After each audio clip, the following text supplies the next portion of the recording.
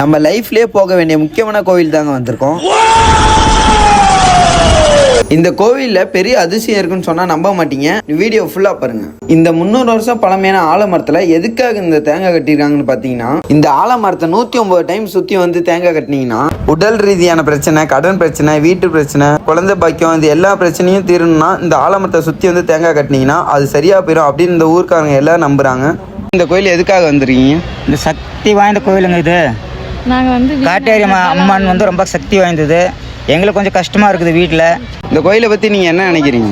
நினைச்சது நடக்குது, ஆனால் கஷ்டம் ரொம்ப தீர்த்தி இருக்குது. நிறைய பேருக்கு தீர்த்திட்டு இருக்குது அந்த அம்மா. அதனால அந்த நம்பிக்கை தான் நாங்கள் வரோங்க. ஏன்னா நல்லது தான் நடக்குதுங்க. எங்கேருந்து லட்சக்கணக்கான கோடிக்கணக்கான மக்கள் வராங்க இல்லையா, எல்லாருக்கும் நல்லது தான் நடக்குன்னு சொல்லிட்டு இருக்கிறாங்க. இந்த எலுமிச்சை பழத்தை சுத்துற மூலியமா நமக்குள்ள இருக்க கந்திஷ்டி எல்லாமே போயிருன்னு சொல்றாங்க. இந்த கோவில்ல மிக பிரம்மாண்டமான உலகத்திலே மிகப்பெரிய அம்மன் சிலை 252 அடிக்கு கட்டிட்டு இருக்காங்க. இங்க 365 நாளும் அன்னதானமும் கொடுத்துட்டு இருக்காங்க. அது மட்டும் இல்லாம 24 மணி நேரமும் பஸ் வசதி உண்டு. நீங்க பைக்லயோ கார்லயோ வந்தீங்கன்னா பார்க்கிங் வசதியும் உண்டு. இந்த கோவில் எங்க இருக்குன்னு பாத்தீங்கன்னா, பெங்களூர் ஒஸ்கோட் பக்கத்துல கம்பளிபுரம் என்ற ஊர்ல தாங்க காட்டேரி அம்மன் கோவில் லொக்கேட் ஆயிருக்கு. நீங்களும் உங்க குடும்ப கஷ்டத்தை இங்க வந்து தீர்த்துட்டு போங்க.